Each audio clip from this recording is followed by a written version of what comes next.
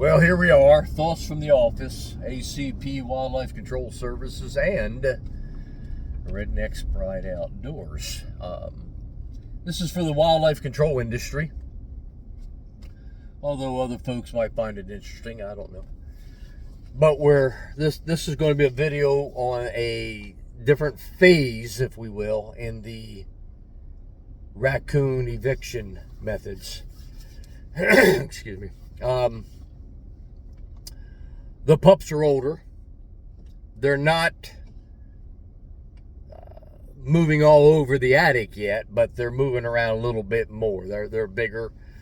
A lot of the pups have their eyes open. They're 4 to 6 weeks old, a lot of them, which puts us into a little different mindset of the sow, if you will.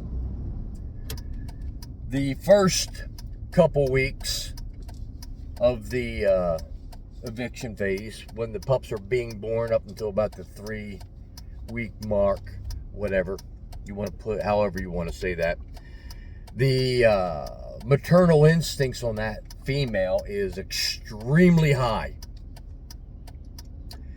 And depending on how old the raccoon is and how many family units she's raised and how much pressure she's had on her prior to this, a lot of the times the eviction paste or the eviction method smeared on that opening and minimal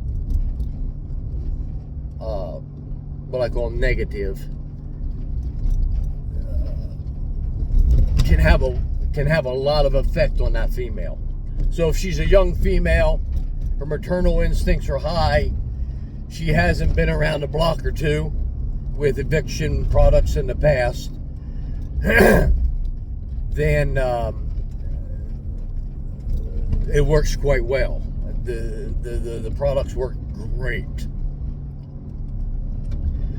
But as we get into the phases we're in now, 4 to 6 weeks, sometimes 8 weeks, the pups are moving around a little bit. They're older, you know, they're getting size to them, getting strength to them.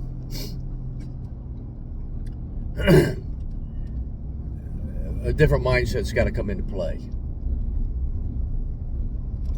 And, you know, one of the situations that we will hear is, or one of the, that we see rather, is the female being more of a pain in the butt to where, you know, just putting it around the entry point ain't working here. And you need to get into her. And this is where I say to people all the time, you should do it. There's a good chance you probably going to have to do it. So just do it. But that goes against our human nature. I was talking to a guy the other day that, I'm picking my words politely here, okay? But his truck is decked out, beyond decked out. His uniform is all show. I mean, he looks like he came out of a magazine. His repairs are top of the line, and he's proud about them. He tells his customers how much experience he has and how good he is. But he's so stinking lazy, he just puts the eviction paste around the hole and then gets pissed off because it didn't work the way he wanted it to. And I said to him,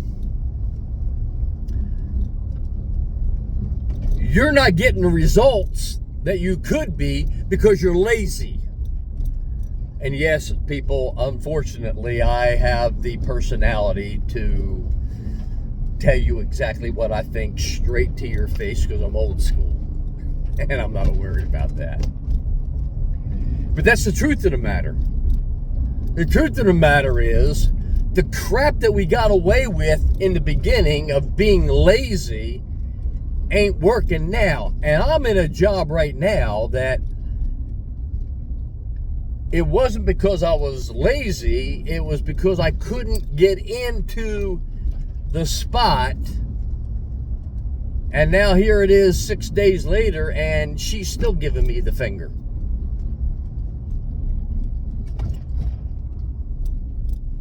And I've got to deal with it now. And now what I've got to do is go atom bomb, not just nuclear on her. 5 days, and that's, the customer's great. But 5 days, she should have taken her pups out, but she didn't. And I'm putting so much pressure on her because I couldn't get into that tight spot. I'll give you some background on this particular job. The customer went up in the attic and found the pups. Didn't realize there was pups. Found them. Came face to face with her and the pups. Crawled out of the attic. The raccoon at that point moved the raccoons from that spot to an inaccessible spot over top of their bedroom.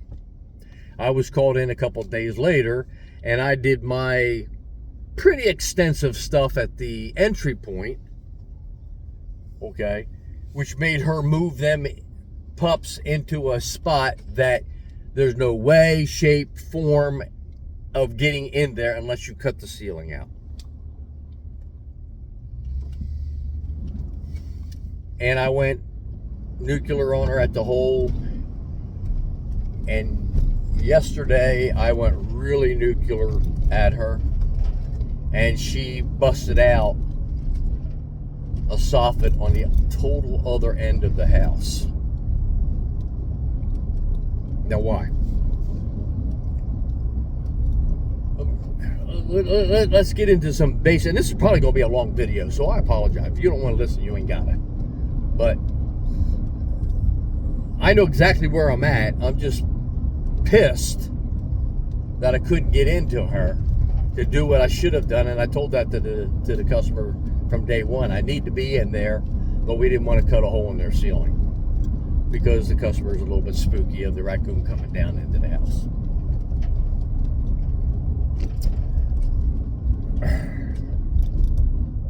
On this particular raccoon, she busted out that other soffit area, totally away from where I was working her before. She's crawling up the corner of the house, totally away from the area that she was crawling up before. All right, and this is why it's important to do all the negatives you possibly can from day one, because they get used to what you're doing and learn how to avoid it, even though they're cautious of it, even though they're afraid of it. Now the first thing people's going to say is, Ron, Coon Be Gone isn't working. She didn't go out. Yeah, it is working. That's why she blew out the hole on the other side of the house, totally away from it. Well, why did she do that? It's simple. Raccoons know how to survive. And this is probably an older raccoon, even though I don't have a picture of her. Her tracks are pretty big. She's probably an older raccoon, has been around a block or two. And she understands this, that if I can't get into those babies, and she's only got one way in to those young, through a tiny little hole that literally this big, that she can squeeze through, she knows she's got complete control of protecting those young.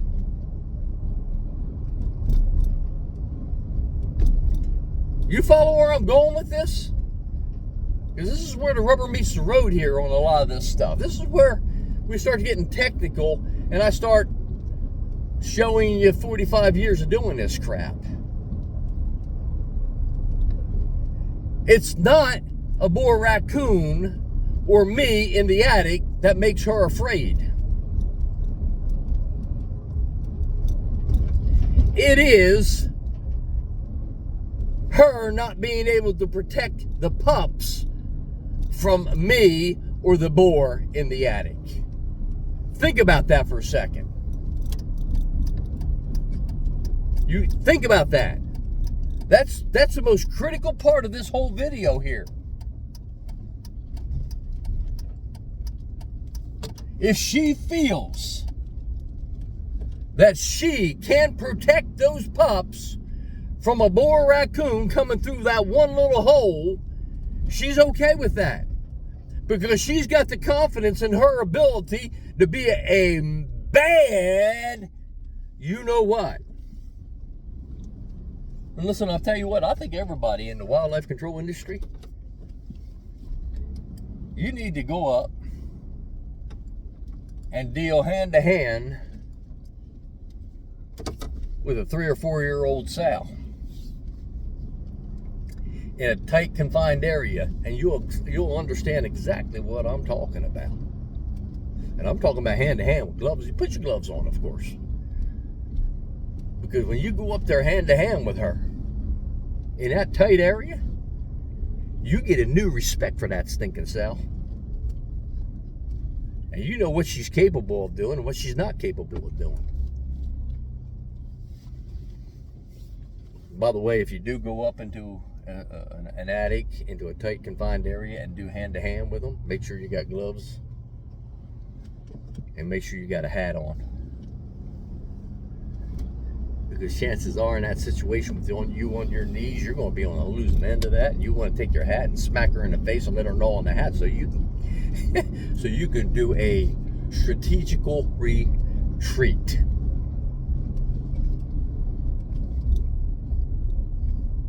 I don't do them anymore. But I think everybody should one time.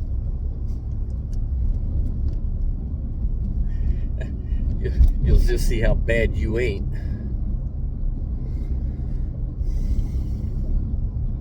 Anyway, getting back to what we're talking about. When she knows that boar, raccoon can't get down there, and we all know about eviction paste and products. We know that the majority of that product is going to be raccoon glands. That's a secret that's been out for years. I'm not trying to hide it. Coon Be Gone has got some other things added to it that are hindrances that makes it that she doesn't want to pick it up and carry it in her mouth, and has a few other things that work towards the behavior aspects of it. Okay, but you know it's glands in there. You know that. I'm not trying to hide that. You just don't know how to make the glands work, right? Okay. Anyway. How many times does that raccoon come in contact with a boar raccoon around that entry hole going into that house? If you know your stuff like you think you do, and you're talking to the customer, and they tell you, yeah, we heard a little bit of commotion at the hole there, or we heard a lot of running around, or it sounded like 2 raccoons up there, and it sounded like a little squabble going on. You know exactly what was going on there that last night. There was a boar came in, and that female said, no, you ain't. And that's that simple. And she's bad enough to say, no, you ain't. Where she starts to lose the battle is if he can get to the pups. If she can keep them from getting to the pups, she's in full control of that, my friend. She is a bad, bad critter. And when they're young, she's even better. As she's getting older now, 4 to 6 weeks old, 8 weeks old, she's not as aggressive as she once was a few weeks ago, but she's smarter. So if you've been working on her for 3 or 4 days with the Coon Be Gone, or any one of the other eviction products out there that are top notch, they're top notch. Mine's the best, but they're top notch. Or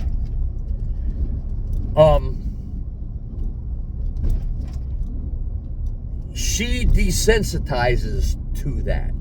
Especially if she's older, or if she's got the older pups And her aggressiveness is not like it was when she was first starting. And this is where it's even more important now to get up into that attic. Get into that nesting area if you can. Get into the spot where she's got those pups. Now, it's smart to do that from day 1 or 2. Typically, I work the outside day 1 and make it so she feels like she's blocked in, even though she's not. Feel like she's blocked in. Day 1, day 2, I go up into the attic and try to get into the pups. That's typically what I try to do. Day 3, work the entry point again, see how she's reacting, and by that time, most of the time, she's heading the pups out, and we just keep working the entry point at that point. But sometimes I gotta go into the attic every day. Jonesy, that's not what I got eviction paste for, or eviction fluid for. I want to just go one time. Well, you know what, my friend? You can go the one time, and you're going to be on the 80%, and you're going to look good, and then you're going to have the 20% that's going to beat the snot out of you, and you're going to be in the place that I am right this second, 5 days into it, and praise God that these customers are great customers, and to understand she's laid back, he's laid back. They understand the process. Because you know as well as I do, there's some customers at day 2, if the raccoon is still in there, they're freaking out on you. You got to tell your customers what's going to happen to. 3 to 5 days, 3 to 5 days, 3 to 5 days, sometimes 7. Sometimes 7. In the best scenarios. So getting back to it. The older the pups are, the longer she's been in there before you was called, the more she desensitizes herself to that boar raccoon, because she runs into boars every time she goes outside. She runs into boar raccoons at that entry point probably on a nightly basis, if not at least a weekly basis. She knows the scenario that she's got to worry about. And that scenario that she's got to worry about is those pups in that spot. So if you got a wide open attic or soffit, you know, everybody says, well, soffits, they aren't wide open. They're wide open. She cannot protect her pups with a one-way in and one-way out. And in those scenarios there, they tend to leave the premises very, very quick, no matter if they're old or young, because she understands there's at least 3 avenues to get to those pups, that she can't be in all 3 of them, in other words. I don't think she logically thinks of that. She just instinctually knows it, all right? But when she can get into that spot where there's one way in and one way out and it's a tight fix, okay, she's in control and you ain't, my friend. So at that point, this is why in this phase here that we're going into now, when we hit middle of May on into June, yes, there still are some pups being born, but probably 50%, if not more, have already been born, and they're going to be at that 4 to 8 week old mark, which means she's been in there 4 to 8 weeks. She knows it. You was just called out because finally the customer has had enough of it. They're done with it. They've done all the harassment they're going to do, which made her even more desensitized. Now, is you going to catch her in a cage trap? Probably not.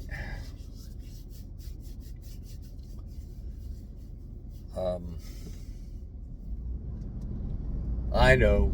I catch every coon I set for. I know you do. I know you do. I'm in an ornery mood today, so I'm speaking my mind. I apologize for that. But I know you do. I catch every coon I catch. I catch every coon I set for. Yep. You know what I say? I catch every coon I don't miss. I just happen to miss a lot. And folks, I catch a lot of raccoons. Okay. But anyway, go back onto what we're talking here.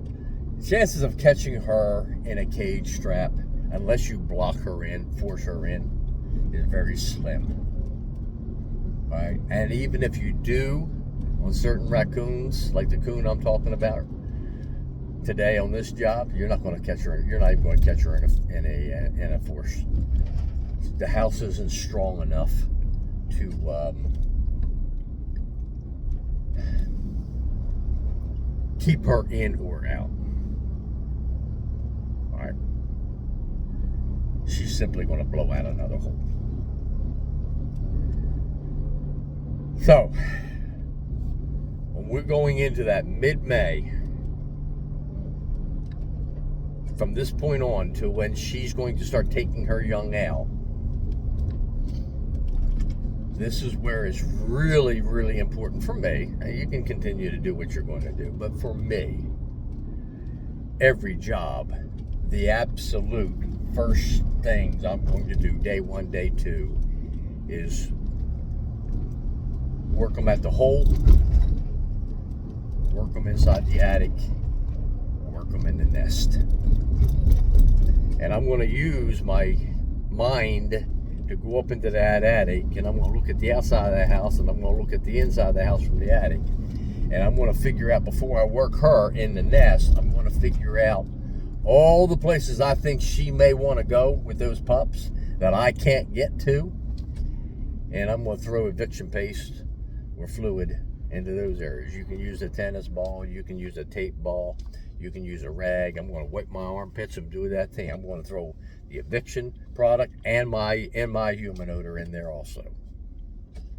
And I'm going to, if I see 5 of the spots that I don't want her in, I'm going to go to those 5 spots, I'm going to put it there.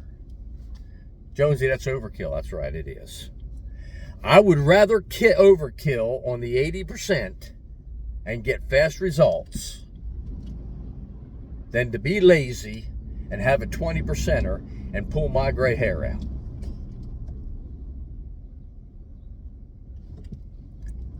The one thing, Jason Turner, you know it. I tell you all the time. Do what you know you're going to have to do when you have to do it. Like right now.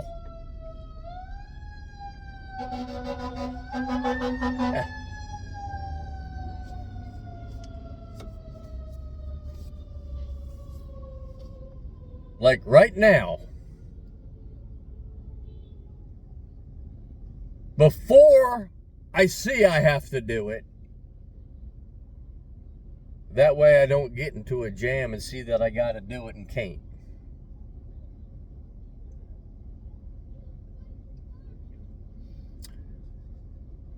It was a long one. I told you that.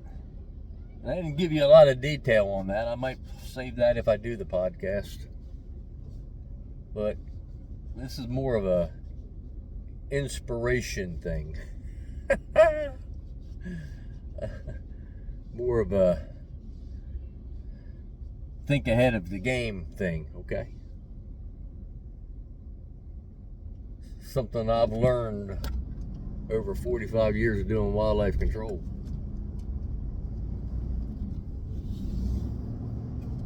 All right, I'll leave it there. Thoughts from the office. ACP Wildlife Control Services and Rednecks Pride Outdoors.